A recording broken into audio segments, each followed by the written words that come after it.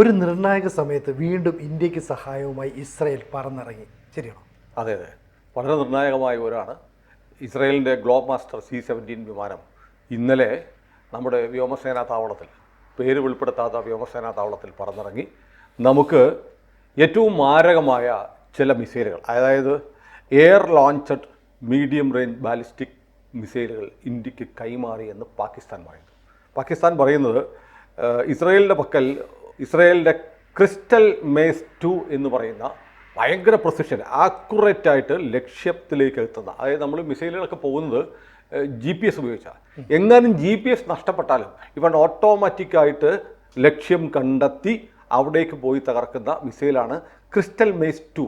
അതിൻ്റെ റോക്ക് എന്നാണ് വിളിക്കുന്നത്. ഈ റോക്ക് മിസൈലുകൾ ഒരു വിമാനം തന്നെ, ഗ്ലോബ് മാസ്റ്റർ അറിയാലോ, ഏറ്റവും കൂറ്റൻ ചരക്ക് വിമാനമാണ്.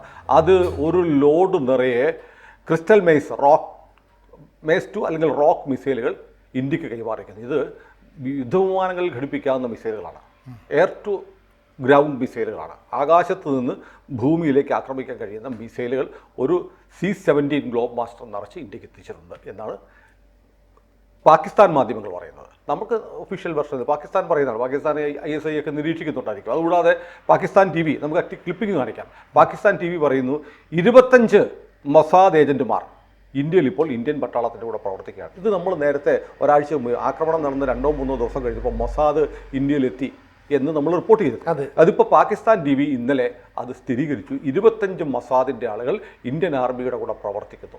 നമ്മൾ കാശ്മീരിലെ ആക്രമണത്തിൻ്റെ കാര്യം പറഞ്ഞപ്പോൾ നദാനിയലിൻ്റെ കാര്യം പറഞ്ഞു. നദാനിയലും ഭാര്യയും കൂടെ അവിടെ സന്ദർശനത്തിന് വന്നതാണ്. അവരെ വിളിച്ചിട്ട് കലിമ ചൊല്ലാൻ പറഞ്ഞു. അയാൾക്ക് മനസ്സിലായില്ല. ഞാൻ പറഞ്ഞു ഞാൻ ക്രിസ്ത്യനാണ് എന്ന് അദ്ദേഹം പറഞ്ഞപ്പോൾ അയാളെ പാലസ്തീനെ ഓർമ്മയുണ്ടോ, അവിടുത്തെ കുഞ്ഞുങ്ങൾ കൊല്ലപ്പെട്ടുകൊണ്ടിരിക്കുമ്പോൾ നീയൊക്കെ ഇങ്ങനെ ഇവിടെ വന്ന് എങ്ങനെ ആഘോഷിക്കുന്നു എന്ന് ചോദിച്ചിട്ടാണ് നദാനിയലിനെ വെടിവെച്ച് വന്നത്. അപ്പോൾ പലസ്തീനോടുള്ള കമ്മിറ്റ്മെൻറ്റും ഇസ്രയേലിലുള്ള പകയും ഈ തീവ്രവാദികൾക്കുണ്ടായിരുന്നു. ഏതായാലും ഇതിനകത്ത് ഈ ബന്ധം മാത്രമല്ല, POKയിൽ ഹമാസിൻ്റെ ഓപ്പറേഷൻസ് കഴിഞ്ഞ ഏതാനും മാസമായി നടക്കുന്നു എന്നുള്ളത് ഇന്ത്യക്കും ഇസ്രയേലിനും അറിയാവുന്നതാണ്. അതുകൊണ്ട് അത് ഹമാസിൻ്റെ ഇൻവോൾവ്മെൻറ്റ് എത്രത്തോളം കാശ്മീർ ആക്രമണത്തിലുണ്ട് എന്നറിയാൻ വേണ്ടിയിട്ട് മൊസാദ് വന്നിരിക്കുന്നു എന്നാണ് നമ്മളന്ന് റിപ്പോർട്ട് ചെയ്തത്. അതിപ്പോൾ പാകിസ്ഥാൻ TV ഇന്നലെയും മിനിഞ്ഞാൻ നോക്കിയായിട്ട് പാകിസ്ഥാൻ TVയിൽ 25 മൊസാദ് ഏജന്റുമാർ ഇന്ത്യൻ ആർമിയുടെ കൂടെ പ്രവർത്തിക്കുന്നു എന്നതിൻ്റെ ഒപ്പമാണ് ഈ ക്രിസ്റ്റൽ മേസ് 2 എന്ന് പറയുന്ന റോക്ക് 2 എന്ന് പറയുന്ന മിസൈലുകൾ ഇന്ത്യക്ക് കൈമാറി എന്ന് പറയുന്നത്. അപ്പോൾ ഞാൻ അതേക്കുറിച്ച് പരിശോധിച്ചപ്പോൾ ഈ റോക്ക് മിസൈൽ, അതിൽ ക്രിസ്റ്റൽ മേസ് 2 ഇന്ത്യയുമായി സഹകരിച്ച് നിർമ്മിക്കാനുള്ള ഒരു കരാർ നമ്മൾ ഇസ്രയേലുമായിട്ട് ഉണ്ടാക്കിയിട്ടുണ്ട്. ഈ കരാർ ഒപ്പിട്ടു. മേക്ക് ഇൻ ഇന്ത്യയുടെ ഭാഗമായി ഇസ്രയേലിൻ്റെ പക്കലുള്ള ഏറ്റവും കൃത്യതയാർന്ന, അണുവിട വ്യത്യാസം വരാതെ കണിശമായും ടാർഗറ്റ് എവിടെയാണോ ആ ടാർഗറ്റിൽ പോയി ഹിറ്റ് ചെയ്തിരിക്കും. ആ ടാർഗറ്റ് നീ മൂവ് ചെയ്താൽ പോലും അതിൻ്റെ പിന്നാലെ പോയി വേട്ടയാടി തകർക്കുന്ന മിസൈലാണ്. ഇപ്പോൾ നമ്മളൊരു ടാർഗറ്റിനെ നിശ്ചയിച്ചു, ഒരു ടാങ്കിനെ ആക്രമിക്കാൻ തീരുമാനിച്ചു. ആ ടാങ്ക് കലൂരാണ്, മിസൈൽ കലൂരേക്ക് വരികയാണ്. പക്ഷേ അതിൻ്റെ പൊസിഷൻ ഈ ടാങ്ക് മാറ്റിയാൽ അതിന് പിന്നാലെ പോയി വേട്ടയാടും GPS സംവിധാനമുള്ള ആധുനിക മിസൈലുകൾ. പക്ഷേ ഇതിൻ്റെ ഗുണം നേരത്തെ ഞാൻ പറഞ്ഞതുപോലെ GPS കണക്ടിവിറ്റി ലോസ്റ്റ് ആയാലും നഷ്ടപ്പെട്ടാലും ഇത് സ്വന്തമായി സ്വയം ഓട്ടോ പൈലറ്റ് ചെയ്തതുപോലെ ടാർഗറ്റ് കണ്ടെത്തി തിരിച്ചറിഞ്ഞ് അവിടേക്ക് തന്നെ പോയി തകർക്കുന്ന ഏറ്റവും ആധുനികമായ മിസൈൽ ആയതുകൊണ്ടാണ് നമ്മളത് ഇസ്രയേലുമായി ചേർന്ന് നിർമ്മിക്കാൻ തീരുമാനിച്ചത്. പക്ഷേ നമ്മൾ നിർമ്മാണം ആരംഭിച്ചില്ല. അപ്പോൾ നമുക്കൊരാവശ്യം വന്നപ്പോൾ ഇസ്രയേൽ ഇന്ത്യയോട് പറഞ്ഞിരിക്കുകയാണ്, ഞങ്ങൾ തന്നേക്കാം, പൈസയൊന്നും കൊടുത്തൊന്നും അറിയില്ല, നമുക്ക് സാധനം വന്നു. ഇതേ ഒരു അവസ്ഥ റാഫ ആക്രമിച്ചപ്പോൾ ഇസ്രയേലുണ്ടായിരുന്നു. റാഫയിൽ ഭൂമിക്കടിയിലുള്ള ബങ്കറുകളിൽ ഇരിക്കുന്ന ഹമാസിൻ്റെ ഭീകരരെ കൊല്ലാൻ വേണ്ടിയിട്ട് വളരെ തകർക്കുന്ന ബങ്കർ ബസ്റ്റർ ബോംബുകൾ ഇസ്രയേലിന് ആവശ്യമുണ്ടായിരുന്നപ്പോൾ ബൈഡൻ സർക്കാർ കൊടുത്തില്ല. നമ്മളപ്പോൾ എന്ത് ചെയ്യുന്നറിയോ, നമ്മുടെ പക്കലുണ്ട് ഹൈ പെനിട്രേഷൻ ബോംബുകൾ, ഭൂമിക്കടിയിലേക്ക് തുളച്ചിറങ്ങുന്ന സ്പൈസ് 2000 പ്രസിഷൻ ഗൈഡഡ് ബോംബുകൾ നമ്മൾ ആ സമയത്ത് ഇസ്രയേലിന് കൊടുത്തു. അങ്ങനെയാണ് റാഫയും ഖാൻ യൂനിസും ഒക്കെ കഴിഞ്ഞ ഏതാനും മാസങ്ങൾക്ക് മുമ്പ് ഇസ്രയേൽ തകർത്ത് തവിടുപൊടിയാക്കിയത്. നമ്മൾക്ക് മുമ്പൊരു വീഡിയോയിൽ നമ്മൾ കാണിച്ചിരുന്നു.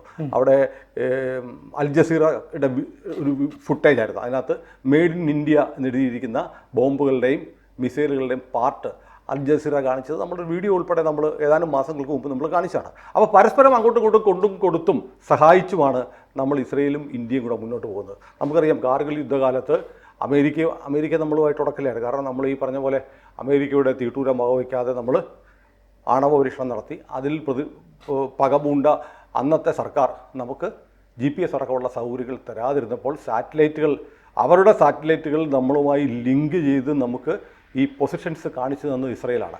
മാത്രമല്ല, ഇസ്രയേൽ മുമ്പൊരിക്കൽ പറയുകയും ചെയ്തു, ലോകത്ത് ഒരേ ഒരു രാജ്യം, നമ്മുടെ എക്കാലത്തെയും നിരന്തര സൗഹൃദമുള്ള രാജ്യമായ റഷ്യ പോലും പറഞ്ഞിട്ടില്ല ഇന്ത്യയോട് ആരെങ്കിലും യുദ്ധം ചെയ്താൽ ഞങ്ങളോടും യുദ്ധം ചെയ്യണമെന്ന്. അത് പറഞ്ഞത് ഇസ്രയേൽ മാത്രമാണ്. അതാണ് ഇന്ത്യയും ഇസ്രയേലും തമ്മിലുള്ള ബന്ധം. ഈ ബന്ധം ആണ് നരേന്ദ്രമോദി വന്നതിന് ശേഷം നമ്മൾ ഊട്ടി ഉറപ്പിച്ചിരിക്കുന്നത്. ഇങ്ങനെ ബന്ധമുള്ളത് കൊണ്ടാണ് നമ്മൾ ഇസ്രയേലിനെ സപ്പോർട്ട് ചെയ്യുന്നത്. പക്ഷേ ഇങ്ങനെ ഇന്ത്യയും ഇസ്രയേലും തമ്മിൽ ഇത്രയും ഗാഢമായ ഒരു ബന്ധമുള്ളതിനെ ഇവിടെയുള്ള ചില ആൾക്ക് ഇഷ്ടപ്പെടുന്നില്ല. അത് വലിയ തമാശയാണ്. അപ്പോൾ നമ്മൾ ഇസ്രയേലിനെ സംബന്ധിച്ച് ഇസ്രയേലിൻ്റെ വെടികുണ്ടകളൊക്കെ തീർന്നപ്പോൾ നമ്മൾ ഇവിടുന്ന് കപ്പൽ കണക്കിന് കയറ്റി അയച്ചിരുന്നു. സ്പെയിനിൽ വെച്ച് നമ്മുടെ ഒരു കപ്പൽ പിടിച്ചു വയ്ക്കുകയും അത് പിന്നീട് അവിടെ നിന്ന് വിട്ടയക്കാനുള്ള ശ്രമങ്ങളുമൊക്കെ സംബന്ധിച്ച് വാർത്തകൾ വരികയും നമ്മളൊക്കെ ചർച്ച ചെയ്തതാണ്. നമ്മൾ മലയാള മാധ്യമങ്ങളിലൊന്നും വന്നില്ലെങ്കിലും അന്താരാഷ്ട്ര മാധ്യമങ്ങളിലൊക്കെ വാർത്തയായിരുന്നു. അത് മാത്രമല്ല, ഇന്ത്യ ഇസ്രയേലിന് ആയുധം കൊടുത്തുകൊണ്ടിരിക്കുന്നു എന്ന് പറഞ്ഞ് നിരന്തരം ഇവിടെ ബഹളം വെക്കുന്ന ഇടതുപക്ഷ ഇസ്ലാമിസ്റ്റ് കക്ഷികളെല്ലാം കൂടെ പ്രശാന്ത് ഭൂഷൺ വഴി സുപ്രീം കോടതിയിൽ കേസുമായിട്ട് പോയി ഇന്ത്യ ഇസ്രയേലിന് ആയുധം കൊടുക്കാൻ പാടില്ല എന്ന് ഉത്തരവിടണമെന്നാണ് ഇവർ ആവശ്യപ്പെട്ടത്. ഇവരുടെ പ്രതീക്ഷ ചിലപ്പം പല കാര്യങ്ങളിലും സർക്കാരിൻ്റെ എക്സിക്യൂട്ടീവ് അധികാരങ്ങളിൽ പോലും കടന്നു കയറുന്ന ഇന്ത്യൻ കോടതി ഒരുപക്ഷെ ആയുധം ആർക്കൊക്കെ കൊടുക്കണം എന്ന് തീരുമാനിക്കുന്ന കാര്യത്തിലും ഇടപെടും എന്നാണ് ഇവർ കരുതിയത്. പക്ഷേ എന്ത് ചെയ്തു? കോടതി പറഞ്ഞു ഇതൊന്നും ഞങ്ങളുടെ ജോലിയല്ല. അന്ന് വിവേചന ബുദ്ധിയോടെ വിവേകത്തോടെ നമ്മുടെ കോടതി ഇന്ത്യൻ ഗവൺമെന്റിന്റെ ഒപ്പം നിന്നിട്ട് പറഞ്ഞു അതൊന്നും സർക്കാരിന്റെ കാര്യമാണ്, കോടതിക്ക് അതിൽ കാര്യമൊന്നുമില്ല, ആർക്ക് കൊടുക്കണം എന്നൊക്കെ സർക്കാർ തീരുമാനിക്കുമെന്ന് പറഞ്ഞപ്പോൾ നമ്മൾ ആവശ്യം കണക്കിന് കപ്പൽ കണക്കിന് ആയുധങ്ങൾ ഇസ്രയേലിന് കൊടുത്തിട്ടുണ്ട്.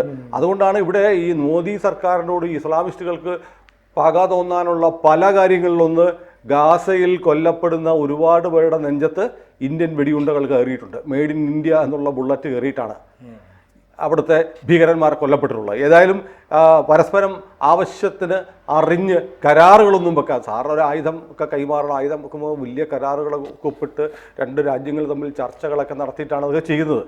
ഇപ്പോൾ കഴിഞ്ഞ ദിവസം നമ്മൾ വായിച്ചു, തുർക്കിയിൽ നിന്ന് വിമാനത്തിൽ ഇവർക്ക് മിസൈലുകളൊക്കെ വന്നു എന്നൊരു വാർത്തയുണ്ടായിരുന്നു. പാകിസ്ഥാൻ ചൈന സഹായിച്ചു എന്നൊക്കെയുള്ള വാർത്ത. ഈ രണ്ട് രാജ്യങ്ങളും പക്ഷേ നിഷേധിച്ചു, ഞങ്ങളൊന്നും ചെയ്തിട്ടില്ല എന്ന് പറഞ്ഞു. ഒരു വിമാനം വന്നിറങ്ങിയപ്പോൾ ഉടനെ അവിടുന്ന് സ്റ്റിൽസൊക്കെ എടുത്തു വെച്ചിട്ട് തുർക്കിയിടയിൽ എന്തുണ്ടെന്നാണ് പറയുന്നത്.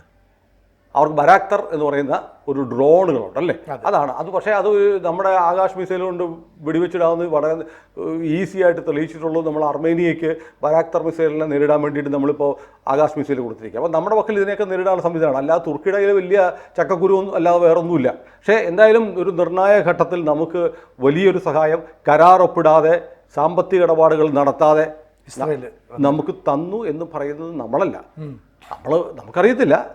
നമ്മുടെ ബേസ് എന്ന് പറയുന്നത് പാകിസ്ഥാൻ TV വാർത്തയാണ്. പാകിസ്ഥാൻ TV വാർത്ത നമ്മൾ പ്രേക്ഷകരെ കാണിച്ചിട്ടുണ്ട്. ഏതായാലും ഇന്ത്യയെ സംബന്ധിച്ച് എക്കാലത്തും ഇന്ത്യ ഇസ്രയേലിൻ്റെ കൂടെയാണ് നരേന്ദ്രമോദി വന്നതിന് ശേഷം നിന്നിട്ടുള്ളത്. കാരണം രണ്ട് രാജ്യങ്ങളും നേരിടുന്ന പ്രശ്നം ഒന്ന് തന്നെയാണ്. കാരണം ഭീകരവാദികളുടെ ആക്രമണമാണ് ഇസ്രയേലിൻ്റെയും ഇന്ത്യയുടെയും പൊതുവായ പ്രശ്നം. ഇനി ഭീകരവാദികൾ എന്ന് പറയുമ്പോൾ ഏത് ഭീകരവാദിയാണെന്നുള്ള ചോദ്യമുണ്ട്. രണ്ടിടത്തും ഉണ്ടാവുന്ന ആക്രമണത്തിൻ്റെ സൃഷ്ടാക്കൾ എന്ന് പറയുന്നത് ഇസ്ലാമിക തീവ്രവാദികൾ മാത്രമാണ്. നമ്മളിപ്പം ഇസ്രയേലുമായി നമുക്ക് കൂടുതൽ ഒരു താതാത്മ്യം സംഭവിക്കുന്നത് ഹമാസ് ഇസ്രയേലിൽ നിന്ന് POKയിലും കാശ്മീരിലും അവരുടെ കണ്ണെറിയുന്നു എന്നുള്ളതാണ്. കാശ്മീരിൽ POKയിൽ വന്നിട്ട് ഹമാസിൻ്റെ വക്താവ് തന്നെ വരികയും ചടങ്ങുകളിൽ പങ്കെടുക്കുകയും POK പിടിക്കണമെന്നും അത് അൽ-അഖ്സ ഫ്ലഡ്സിൻ്റെ ഭാഗമാണ്, അതുപോലത്തെ ഒരു പോരാട്ടം നടത്തണമെന്നൊക്കെ കഴിഞ്ഞ മാർച്ച് മാസത്തിലാണ് അവിടെ പ്രസംഗിച്ചത്. നമ്മൾ കണ്ടു, മാർച്ച് മാസത്തിൽ അവിടെ വന്ന് പബ്ലിക് മീറ്റിങ്ങിൽ പ്രസംഗിക്കുകയും വാർത്താ മാധ്യമങ്ങളിലൊക്കെ വരികയും ചെയ്യും. പക്ഷേ കേരളത്തിലെ മാധ്യമങ്ങളൊന്നും വന്നില്ല, അത് വേറെ കാര്യം. ഏതായാലും ഹമാസ് ഇസ്രയേലിൽ നിന്നും ഇന്ത്യയിലേക്ക് അതിൻ്റെ ഓപ്പറേഷൻസ് മാറ്റാൻ വേണ്ടി പാകിസ്ഥാൻ മണ്ണ് ഉപയോഗിക്കുന്നു എന്നുള്ള പശ്ചാത്തലത്തിലാണ് ഇസ്രയേലിൻ്റെ നിർണായകമായ സഹായം നമുക്ക് കിട്ടിയിരിക്കുന്നത്. ഏതായാലും നമ്മളെ സംബന്ധിച്ച് നമ്മളിപ്പോൾ ഇവരെ പാകിസ്ഥാന് നേരെ ഒരു എയർ അറ്റാക്ക് പ്ലാൻ ചെയ്യുന്നുണ്ടോ എന്നുള്ള ചോദ്യം കുറച്ച് കാലമായിട്ട് ഉയരുന്നുണ്ട്. കാരണം മുൻകാലങ്ങളിൽ ബലാക്കോട്ടിലാണേലും ഒക്കെ നമ്മൾ ചെയ്തിട്ടുള്ളത് വ്യോമാക്രമണമാണ്. അതുകൊണ്ട് ഇന്ത്യ ഒരു വ്യോമാക്രമണം നടത്തിയേക്കുമെന്നുള്ള സംശയം പാകിസ്ഥാൻ ഉൾപ്പെടെ എല്ലാവർക്കും പ്രബലമായി നിൽക്കുകയാണ്. ഇങ്ങനെ വ്യോമാക്രമണം നടത്താനുള്ള മിസൈലുകൾ സമ്മാനമായി ഇസ്രയേൽ വൻതോതിലേക്ക് തന്നിരിക്കുന്നു എന്നുള്ള വാർത്ത പാകിസ്ഥാനിൽ നിന്ന് അവർ റിപ്പോർട്ട് ചെയ്തത്. പാകിസ്ഥാനിൽ നിന്ന് ഇങ്ങനെ വാർത്തകളുടെ ഒരു പ്രവാഹമാണ്. ഇന്ത്യയിലേക്ക് പേര് വെളിപ്പെടുത്താത്ത, പേര് പറയാത്ത ഒരു വ്യോമത്താവളത്തിലേക്ക് ഗ്ലോബ് 17 വന്നിട്ടുണ്ടോ എന്ന് ഇന്ത്യ സർക്കാർ പറഞ്ഞിട്ടില്ല, നമ്മുടെ മാധ്യമങ്ങളിലും പറഞ്ഞിട്ടില്ല. പക്ഷേ പാകിസ്ഥാൻ മാധ്യമങ്ങൾ ഇത് ആഘോഷിക്കുന്നു. പാകിസ്ഥാൻ അങ്ങനെ ആഘോഷിക്കുമ്പോൾ നമുക്ക് നമ്മുടെ പ്രേക്ഷകരോട് പറയാതിരിക്കാൻ വയ്യ. ഇസ്രയേലാണ്, ഇന്ത്യയാണ്, അവിടെ നെതന്യാഹുവാണ്, ഇവിടെ മോദിയാണ്. അതുകൊണ്ട് വേണ്ട സമയത്ത് മോദി നെതന്യാഹുവിനെ സഹായിച്ചിട്ടുണ്ട്.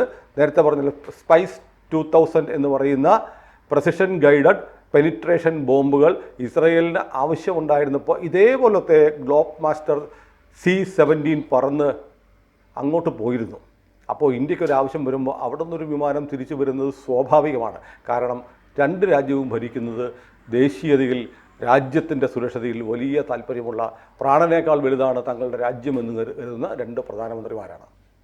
കൂടുതൽ വാർത്തകളും വിശേഷങ്ങളും നിങ്ങളിലേക്ക് എത്താൻ ABC മലയാളം സബ്സ്ക്രൈബ് ചെയ്യുക, ബെൽ ബട്ടണും അമർത്തുക.